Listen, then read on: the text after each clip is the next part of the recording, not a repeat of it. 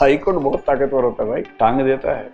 High court अगर आदेश दे collector को और सीएम कलेक्टर से कहे कि जो मैंने कहा वो करो, तो सीएम भी नप जाएगा कंटेम्प्ट ऑफ कोर्ट में। ज्यादा चू चपड़ नहीं करनी, चुपचाप मानने में, वरना बुला के सबके सामने डांटते हैं हाई कोर्ट वाले, बड़ा खराब लगता है कोर्ट में। अब आप में से कुछ का मन कर रहा है, फिर हम सिविल सर्विस की तैयारी क्यों कर रहे हैं, हमें तो हाई कोर्ट जाना चाहिए।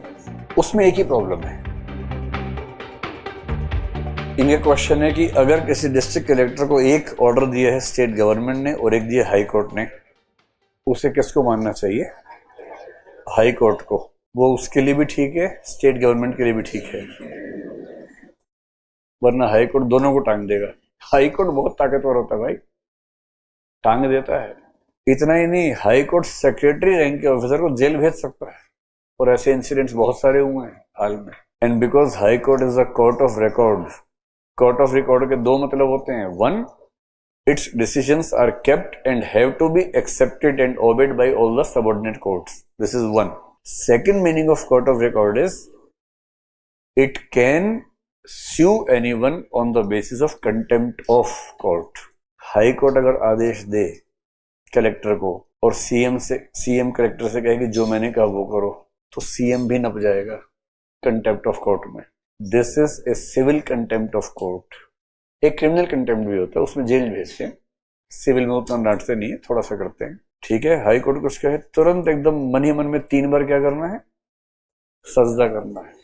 हाई कोर्ट कुछ कहे तो ज्यादा चू चपड़ नहीं करनी, चुपचाप मानने में, वरना बुला के सबके सामने डांटते हैं हाई कोर्ट वाले, बड़ा खराब लगता है कोर्ट में, ठीक है। चलिए, अब आप में से कुछ का मन कर रहा है, फिर हम सिविल सर्विस की तैयारी क्यों कर रहे हैं, हमें तो हाई कोर्ट जाना चाहिए। उसमें एक ही प्रॉब्लम है, बहुत प्रॉब्लम है।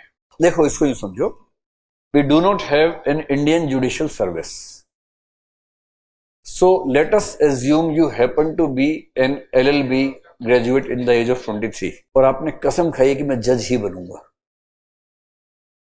Then you need 3 years experience to appear in the exam of lower judiciary. Let us assume by the age of 28 you get into the job of जज, ठीक।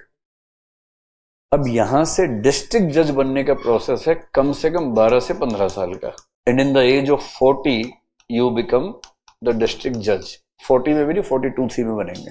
एंड डिस्ट्रिक्ट जज is equivalent to the SP और the DM, which you become in 4 years in IAS और IPS, 4 या 5 years, इन some states में भी 6 years maximum. So if you get into civil services in the age of 25, you are at the district head level in the age of 30. Here you get at this level in the age of 42 almost.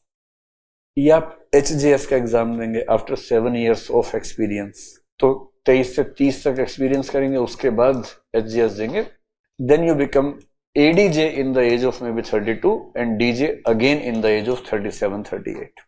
और high court में क्या होता है, 50% of the judges come from the direct practice of lawyers.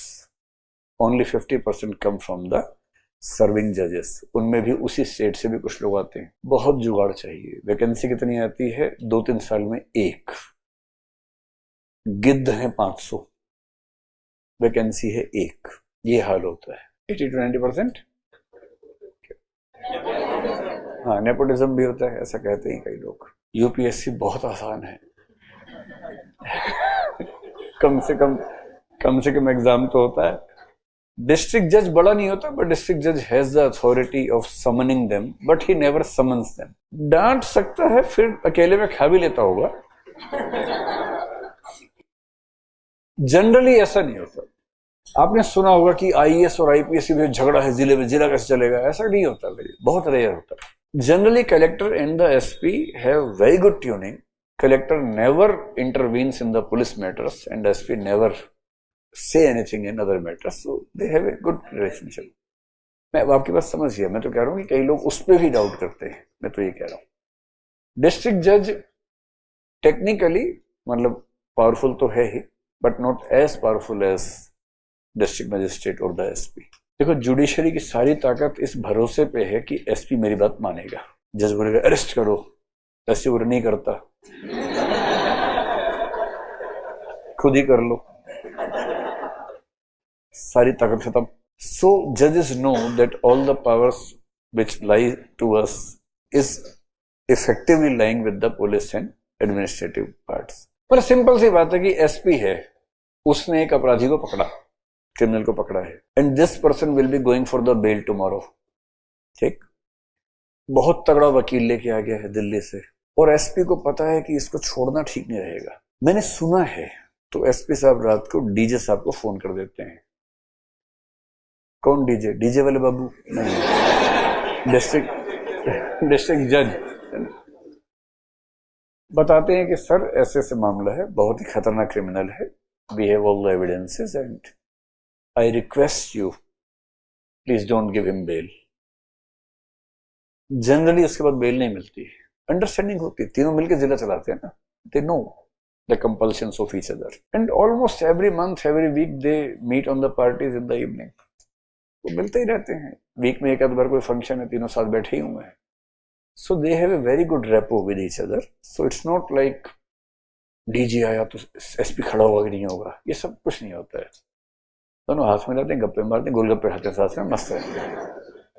वो सब tension किसी पागल type के आदमी को होती है जो कहीं भी सेट नहीं हो सकता, वो यहां भी सेट नहीं हो पा रहा. हाई कोर्ट जज बनने के लिए जुगाड़ किससे करना पड़ता है? सीएम को कहां कोई पूछता है. Collegium in the Supreme Court collegium plus your high court chief justice and 2 senior most जजेस of the high court concerned, इन सबसे जुगाड़ करना पड़ता है. और उसकी कंडीशन है, या तो डिस्ट्रिक्ट जज बने हुए आपको 7-8 साल कम से कम हो गए हो, या आप कम से कम 10 साल से लीगल प्रैक्टिस कर रहे हो, गुड लीगल प्रैक्टिस, ये एलिजिबिलिटी है. उसके बाद वो सब बातें होती हैं.